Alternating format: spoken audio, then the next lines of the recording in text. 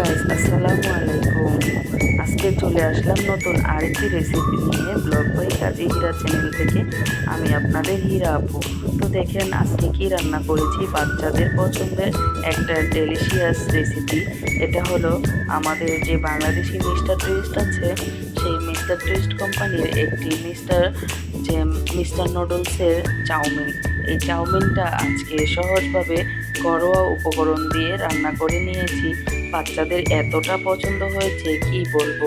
সবাই কিন্তু দেখে যাবেন বন্ধুরা, না দেখলেই কিন্তু মিস হয়ে যাবে। তো এই যে এই নুডলসগুলো দেখেন 300 গ্রামের প্যাকেট। এই নুডলসগুলো আমি যে যমুনার পাশে যে হোলসেল ক্লাব আছে সেখান থেকে কম্বো সেট নিয়ে এসেছি। এই যে 300 গ্রামের প্যাকেটগুলো আমি 3টা একসাথে কম্বো সেট পেয়েছি। এই যে মাত্র 2টার দামে 3টা নিয়েছে 70 টাকা করে প্যাকেটগুলো। আমি এখানে 2টো দামে 3টে পেয়েছি 140 টাকায় 3 প্যাকেট। তো এই যে বন্ধুরা, আমি চুলায় এই যে পানি বলক তুলে আমি এই নুডলসগুলো একটু মাঝখান দিয়ে ভেঙে পানিতে দিয়ে দিয়েছি। দিয়ে এখন আমি এটাকে ভালো করে সিদ্ধ করে নিয়েছি। তো বন্ধুরা, এই যে এই অংশটা একটু স্কিপ হয়ে গিয়েছে। তো এখানে আমি 2টি ডিম দিয়ে কিন্তু একদম ঝুরঝুরি করে ভেজে নিচ্ছি। ওদিকে আমি নুডলসটা ছেঁকে তারপর ঠান্ডা পানি দিয়ে ধুয়ে ঢাকা দিয়ে রেখে দিয়েছি। তো এখানে আমি 2টি ডিম চুরি করে নিচ্ছি। এখন আমি ডিমের চুরিগুলো উঠে রাখবো।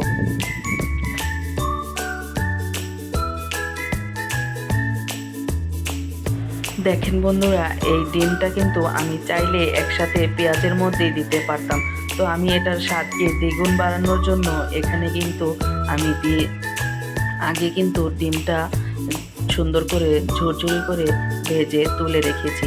এখন আমি এই কড়াইতে দিয়ে দিলাম সরিষার তেল এবং স্বাস্থ্যকরভাবে এটাকে আমি আজকে রান্না করে নেব। তো তার জন্য আমি সয়াবিন তেল ইউজ করে নিই। এখানে দিয়েছি সরিষার তেল, আর সরিষার তেলে কিছুটা পেঁয়াজ আমি ভালো করে ভেজে নিয়েছি হালকা ব্রাউন কালার করে। এখানে মুরগির বুকের মাংস প্রায় 1 কাপের মতো আমি দিয়ে দিয়েছি। এটাকে এখন আমি আর একটু ভেজে নিচ্ছি। তো এখানে দিয়ে দিলাম 1/2 চামচের মতো সাদা গোলমরিচের গুঁড়ো। সাদা এবং কালো দুটোই একসাথে ছিল। আমি এটাকে ব্লেন্ডার করে গুঁড়ো করে নিয়েছি। তো এই গোলমরিচের গুঁড়োটা দেওয়াতে কিন্তু খুব সুন্দর শাহি শাহি ফ্লেভার এবং চাইনিজ ফ্লেভার চলে এসেছে। তো এখানে আমি বেশ কিছু কাঁচামরিচ দিচ্ছি। কাঁচামরিচটা একটু পরে ইউজ করেছি, কারণ হলো আমার বাচ্চারা তেমন একটা ঝাল খেতে পারে না।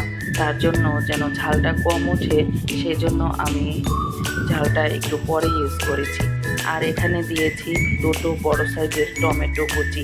টমেটো কুচিটা দেওয়াতে কিন্তু এই নুডলসের স্বাদটা দ্বিগুণ বেড়ে যাবে এবং ক্রিমি টেক্সচার চলে আসবে। তো এই যে টমেটোগুলোকে কিন্তু আমি খুব সুন্দরভাবে নেড়ে চেড়ে একদম গলায় নিব। এই যে বন্ধুরা, নুডলসের সাথে যে মশলাটা ছিল সেই মশলাটাও আমি এখানে দিয়ে দিয়েছি। খুব সুন্দরভাবে ফ্লেভার চলে এসেছে এখান থেকে। তো এই যে দেখো বন্ধুরা, আমি এখানে নুডলসগুলো ঢেলে দিয়েছি। আজকের ভিডিওটা আমি কিন্তু আমার হাতে নিয়ে ফোনটা করেছি, তার জন্য আমি কিছু অংশ স্কিপ করতেছি। সবগুলো আমি তোমাদের সাথে শেয়ার করতে পারতেছি না বন্ধু। তারপরও আমি তোমাদেরকে সব কিছুই বলে দিচ্ছি। তো এই যে দেখো, আমি কিন্তু এই যে টমেটোটা দেওয়ার কারণে একদম সসি ভাব চলে আসছে, আর এটা কিন্তু খেতেও খুব মজা হয়। এখানে আমি কিন্তু ডিমটা যে ঝুরি করে রেখেছিলাম সেই ডিমগুলোকে এখানে দিয়ে দিয়েছি। এই ডিমগুলোকে দিয়ে এখন আমি বেশ কিছুটা ধনিয়া পাতা দিয়ে ভালো করে নেড়ে চেড়ে নিচ্ছি। তো এই যে দেখো, আমার নুডলস রান্নাটা কিন্তু একদম ডান হয়ে গিয়েছে। তো আমার রান্নাটা আজকে তোমাদের কাছে কেমন লাগলো বন্ধুরা, প্লিজ কমেন্টস বক্সে জানাতে কিন্তু ভুল করবে না। যারা এখনও একটি লাইক দিতে ভুলে গিয়েছো, প্লিজ আমার ভিডিওটি তোমরা একটি লাইক দিয়ে কন্টিনিউ করবে। এটা আমার তোমাদের কাছে একটাই অনুরোধ। তোমাদের একটি লাইক কমেন্টস আমার পরবর্তী ভিডিও বানাতে সাহায্য করবে। এই যে দেখো বন্ধুরা, কতটা লোভনীয় হয়েছে, একদম রেস্টুরেন্টের মতো লুক চলে এসেছে। আলহামদুলিল্লাহ। তো তোমরা কমেন্টস করতে ভুল করবেন না। আজকের মতো এখানেই বিদায় নিচ্ছি। Thanks for watching. আসসালামু আলাইকুম রহমতুল্লাহ।